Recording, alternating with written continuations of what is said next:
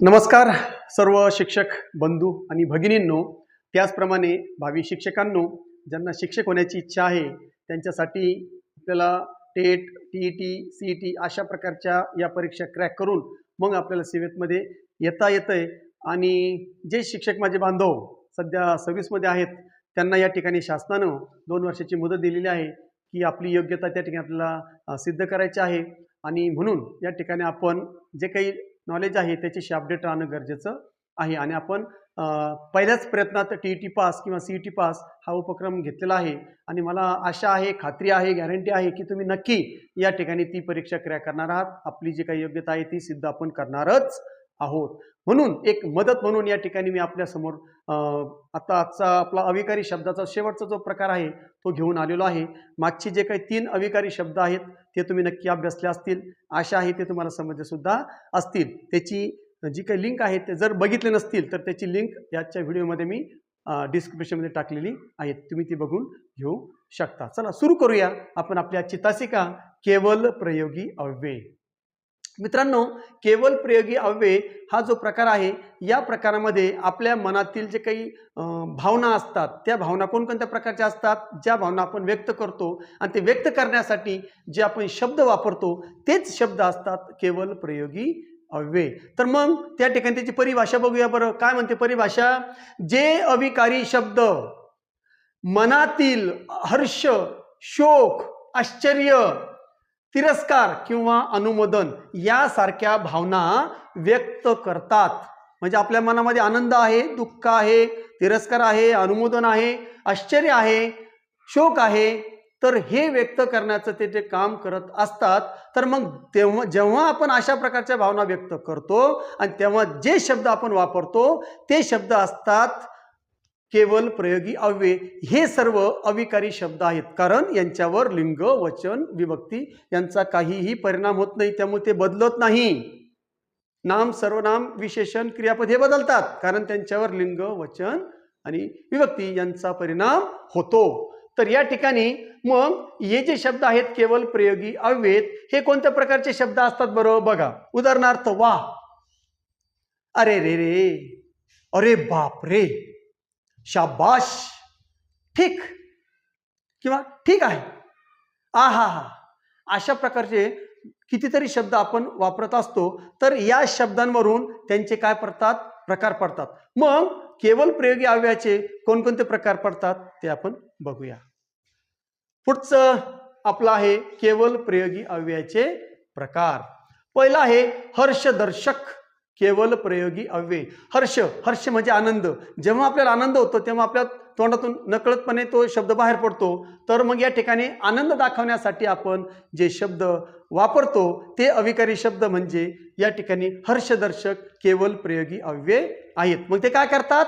आनंद दर्शविण्याचं काम करतात. उदाहरणार्थ वा, अरे वा, वा वा, आहा, आहा हा, अशा प्रकारचे आपण ते शब्द वापरत असतो.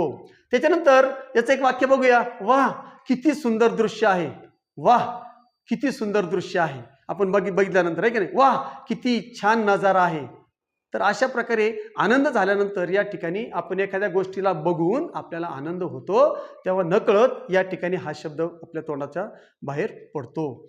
त्याच्यानंतर दुसरा आहे शोकदर्शक, दुःख होतं. मग दुःख झाल्यानंतर सुद्धा आपल्या तोंडातून नकळत शब्द बाहेर पडतात. ते शब्द कोणते असतात? तर अरे रे रे, आई गो, आई गो, हाय, बाप रे. तर अशा प्रकारे दुःख झाल्यानंतर सुद्धा बापरे पडतो आणि आश्चर्य झाल्यानंतर सुद्धा बापरे, है की नाही, 2 वेळेस बापरे येतो. तर बापरे म्हणताना दुःख आहे की आश्चर्य हे मात्र लक्षात ठेवायचं आहे. मग जर तो बापरे दुःखदायक असेल, दुःखामुळे बाहेर पडत असेल तर त्या ठिकाणी तो आहे शोकदर्शक किंवा दुःख दर्शक केवल प्रयोगी अव्ययाचा प्रकार. त्याचं एक उदाहरण बघूया. अरे रे रे, खूप वाईट झाले, हे की नाही. एखाद्या घरात जवान कोणी तरुण व्यक्ती जर गेला तर त्या ठिकाणी अरे रे खूप वाईट झालं. तर त्या ठिकाणी दुःख आपल्याला झाल्यानंतर आपण त्याचं सांत्वन करण्यासाठी त्या ठिकाणी जातो तेव्हा नकळत आपल्या तोंडातून हा शब्द बाहेर पडतो. त्याच्यानंतर तिसरा प्रकार बघूया आपण. सोपे प्रकार आहेत. केवल प्रयोगी अव्यय अगदी सोपं आहे, काही अवघड नाही. आश्चर्यकारक. मग मी तुम्हाला सांगितलं आश्चर्य झाल्यानंतर सुद्धा आपल्या त्या ठिकाणी मनातून तोंडातून मनामध्ये भावना तयार होते आणि तोंडातून ती बाहेर पडते. अहो किंवा ओ हो, आहा, बापरे. बघा, बापरे, बापरे, बापरे. बघा, बापरे आणि बापरे दोन्हीमध्ये फरक आहे. एक बापरे आश्चर्य दाखवतो, दुसरा बापरे शोक दाखवतो, दुःख दाखवतो. खरंच बघा, आश्चर्य झालेले तर खरंच, बापरे, आहा, ओहो. तर अशा प्रकारे आश्चर्य दाखवणारे जे काही शब्द असतात हे सर्व शब्द या ठिकाणी अविकारी शब्द आहेत, जे आपण केवल प्रयोगी अव्यय त्यांना म्हणतो आश्चर्यकारक केवल प्रयोगी अव्यय. एक वाक्य बघूया. बापरे, काय मोठा साप. बघा, बापरे काय मोठा साप आहे. बघून आश्चर्य झालं, एवढा मोठा साप कधी बघितला नाही. बापरे काय मोठा साप. तर या ठिकाणी आपल्याला आश्चर्य झाल्यानंतर बापरे हा शब्द तोंडातून बाहेर पडतो. त्यानंतर तिरस्कार दर्शक.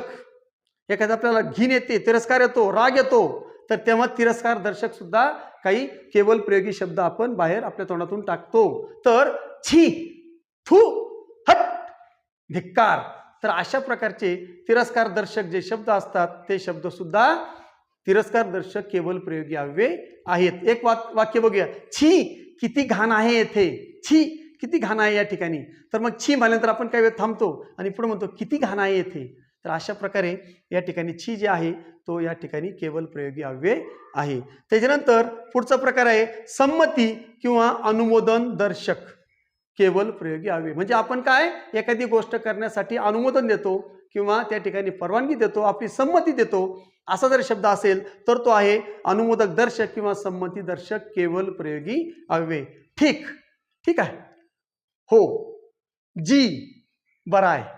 तर अशा प्रकारे संमती दाखवण्यासाठी जे शब्द बाहेर पडतील या व्यतिरिक्त ते सुद्धा या ठिकाणी संमती दर्शक केवल प्रयोगी अव्यय असतील. एक उदाहरण बघूया. ठीक आहे किंवा ठीक, मान्य आहे मला तुमचा निर्णय.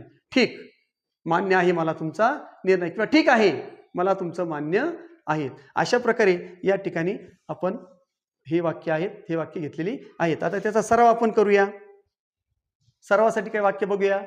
पहिलं आहे वाह खूप छान झाले लग्न. वाह, हे की नाही, आनंद झालेला आहे. वाह खूप छान झाले लग्न. तर या ठिकाणी आपल्याला आनंद झालेला म्हणून हर्षदर्शक केवल प्रयोगी अव्यय. अरे रे रे रे, फार वाईट घडले तुझ्या बाबतीत, दुःख झालेलं आहे, शोकदर्शक. त्याच्यानंतर शाबाश, अशीच प्रगती करत जा, आनंद झाला, शाबाश. तर या ठिकाणी शाबास काय झालेला आहे, हर्षदर्शक. या ठिकाणी काय आहे, केवल प्रयोगी अव्यय. आहा किती सुंदर देखावा आहे, खूप आश्चर्य वाटलं, आहा किती सुंदर आहे, आश्चर्यदर्शक. छे मला हे मान्य नाही, तिरस्कार दर्शक केवल प्रयोगी अव्यय. गप, एक शब्द बोलू नकोस, गप, हट. अशा प्रकारे या ठिकाणी एक शब्द बोलू नकोस. तर हे जे शब्द आहेत हे शब्द तिरस्कार दर्शक आहेत. त्याच्यानंतर आपण मला असं वाटतं 6 जे वाक्य आपण घेतले ते या ठिकाणी समजण्यासाठी आपल्याला पुरेसे आहेत. तर नक्कीच तुम्हाला केवल प्रयोगी अव्यय आणि केवल प्रयोगी अव्ययाचे जे काही प्रकार आहेत त्या ठिकाणी भावनानुसार ते प्रकार पडतात, ते प्रकार तुमच्या लक्षात आले असतील. याच्यावरचा प्रश्न जर आला तर नक्की त्या ठिकाणी मला खात्री आहे की तुम्ही मार्क मिळाल्याशिवाय राहणार नाही. तर या ठिकाणी आज आपण मराठीची जे काही आपले शब्दाच्या जाती होत्या त्या जाती या ठिकाणी संपलेल्या आहेत.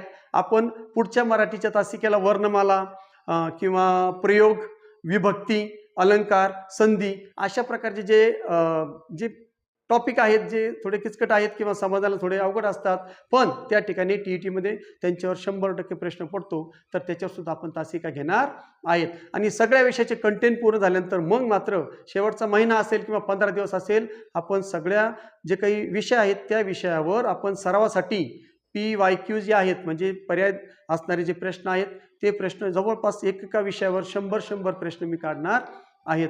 तर त्या ठिकाणी आपण नक्कीच काय करणार आहोत, भेटणार आहोत. तर या ठिकाणी आपण पुन्हा भेटणार आहोत.